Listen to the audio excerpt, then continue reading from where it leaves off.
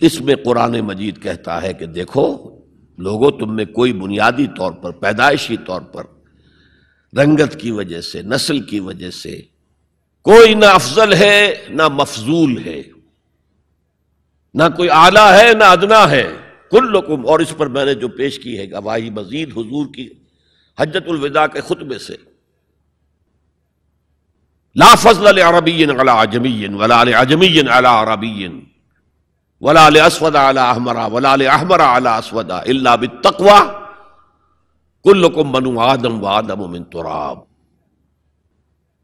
کسی عرب کو کسی اجمی پر کوئی فضیلت حاصل نہیں، حالانکہ عربوں کی گھٹی میں پڑا ہوا تھا کہ ہم بہت افضل ہیں،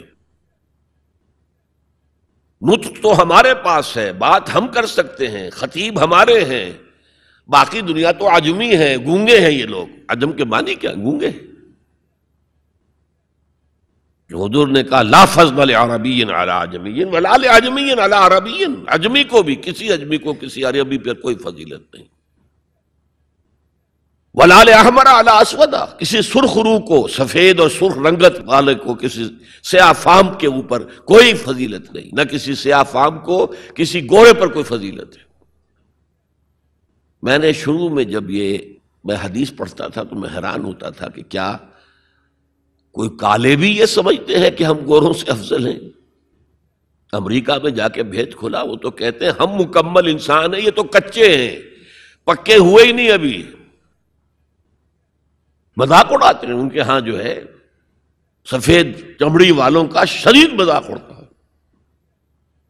تو حضور نے تو کہا تھا 1400 برس پہلے لولا لفضل لاسود علی احمر ولا لاحمر علی اسود، کسی گورے کو کسی کالے پر، کسی کالے کو کسی گورے پر کوئی فضیلت نہیں۔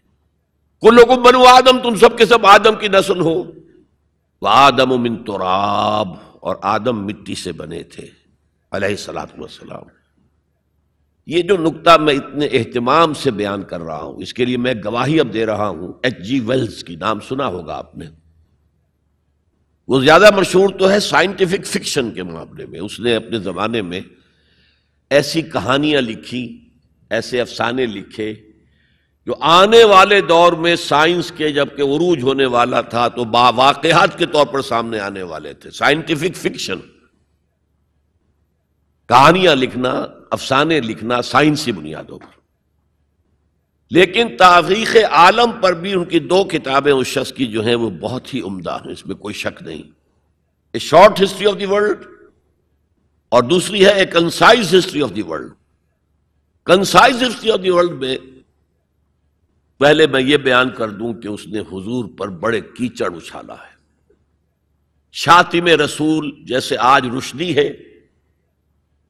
یا بنگالی جو ہے تسلیمہ نسرین ہے، یا ایک اور بھی اٹھ کر آ گئی ہے اب، جس طرح وہ کیچڑ اچھالتے ہیں، جس طرح وہ حملے کرتے ہیں، رقیق حملے کرتے ہیں، ایسے ہی ایچ جی ویلز نے بھی کیے ہیں۔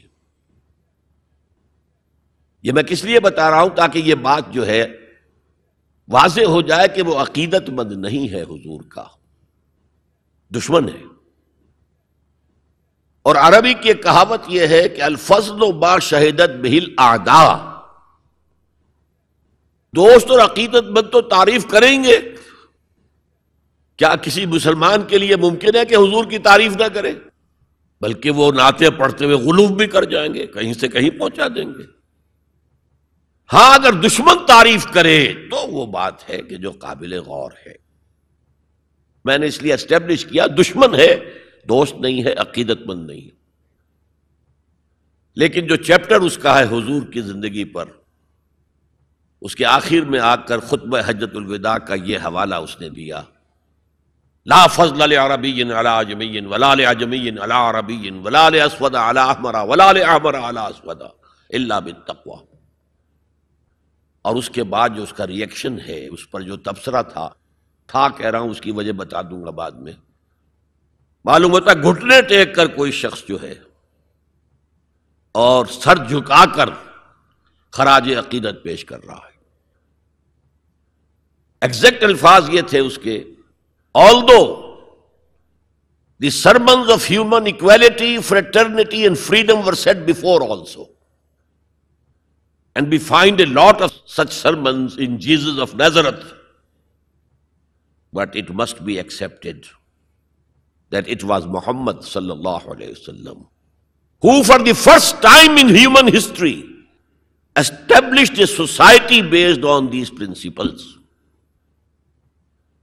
کہ اگرچہ انسانی مساوات، اخوت اور حریت کے واس تو پہلے بھی بہت کہے گئے تھے، بہت کہے گئے تھے، اب عیسائی ہونے کے باوجود کہتا ہے کہ مسیح ناصری، جیزس آف نظرت، حضرت عیسیٰ علیہ السلام کے ہاں بھی واس تو بہت ہے، لیکن ان اصولوں پر کوئی معاشرہ وہ قائم نہیں کر سکے۔ تاریخ انسانی میں پہلی شخصیت محمد کی ہے صلی اللہ علیہ وسلم، جس نے کہ ان اصولوں پر معاشرہ بالفعل قائم کر کے دکھایا۔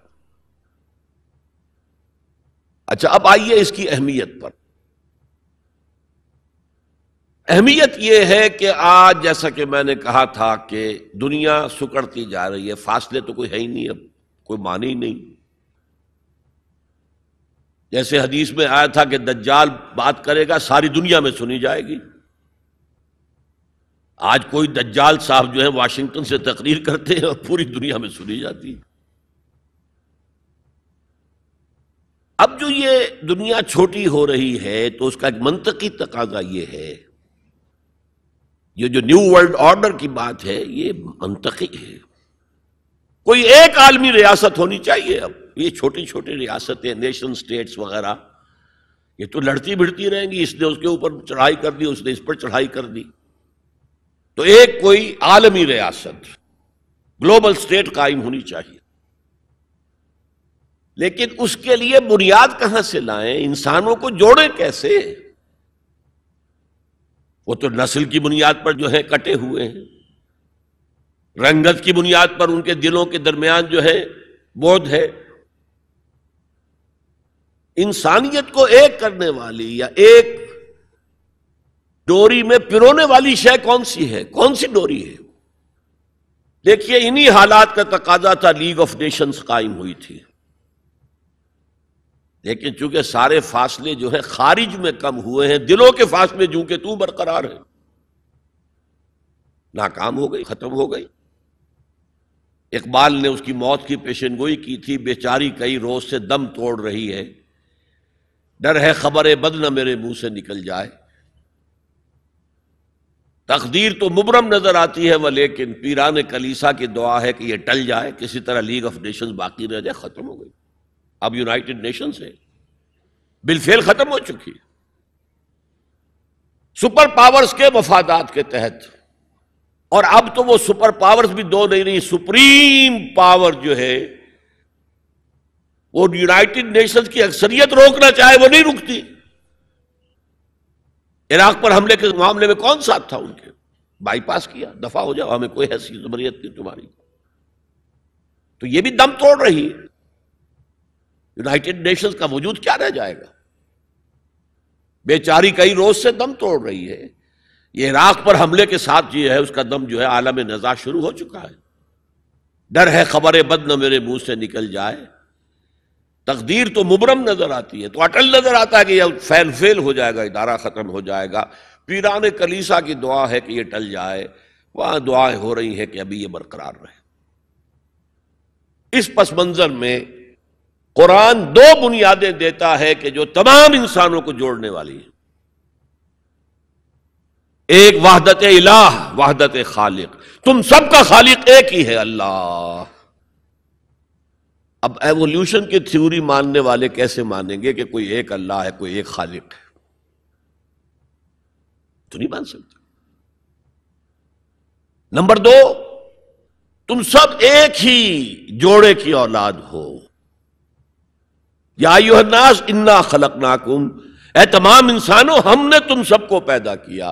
وحدت خالق، وحدت الہ، اس پر سب جڑ جائیں گے آپس میں، ہندی ہوں، چینی ہوں، پاکستانی ہوں، ایرانی ہوں، امریکی ہوں، کالے ہوں، گورے ہوں، پیلے ہوں، سب اللہ کی مخلوق۔ اگر دل میں اللہ پر یقین ہے تو یہ پھر سارے جو فرق ہیں ایویپوریٹ ہو جائیں گے۔ ایک کالے حبشی کو جس کے گھنگریالے بالے تھے، ہونٹ موٹے موٹے تھے، شین ادا نہیں کر سکتا تھا، اشہدو نہیں کہہ سکتا تھا، اشہدو کہتا تھا بلال۔ اور حضرت عمر فاروق جو اسلام سے پہلے بڑے نیشنلسٹ تھے، اپنی قرشیت پر فخر، اپنے خاندان پر فخر، اور وہ عمر فاروق جبکہ وہ خلیفہ تھے حضرت بلال کا نام نہیں لیتے تھے سیدنا کے بغیر، سیدنا بلال، سیدنا بلال، سیدنا بلال۔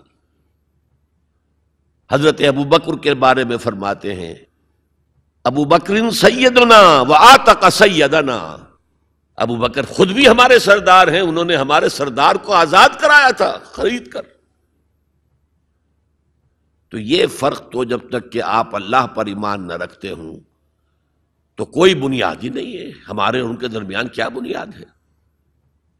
پتہ نہیں کون سے قسم کے بندروں کی اولاد جو ہے ہندوستان میں بس رہی ہے، اور کون سے قسم کے شمپینزیز کی اولاد جو ہے وہ کہیں اور بس رہی ہے، ان کا تو کوئی رشتہ آپس میں ہے ہی نہیں۔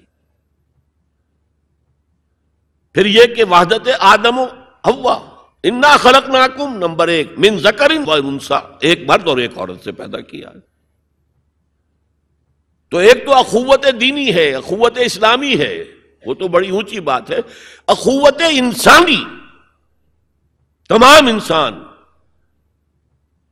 اب آپ فرمائیے حضرت حوا کے رحم پر جا کر تمام انسان ایک نہیں ہو جائیں گے؟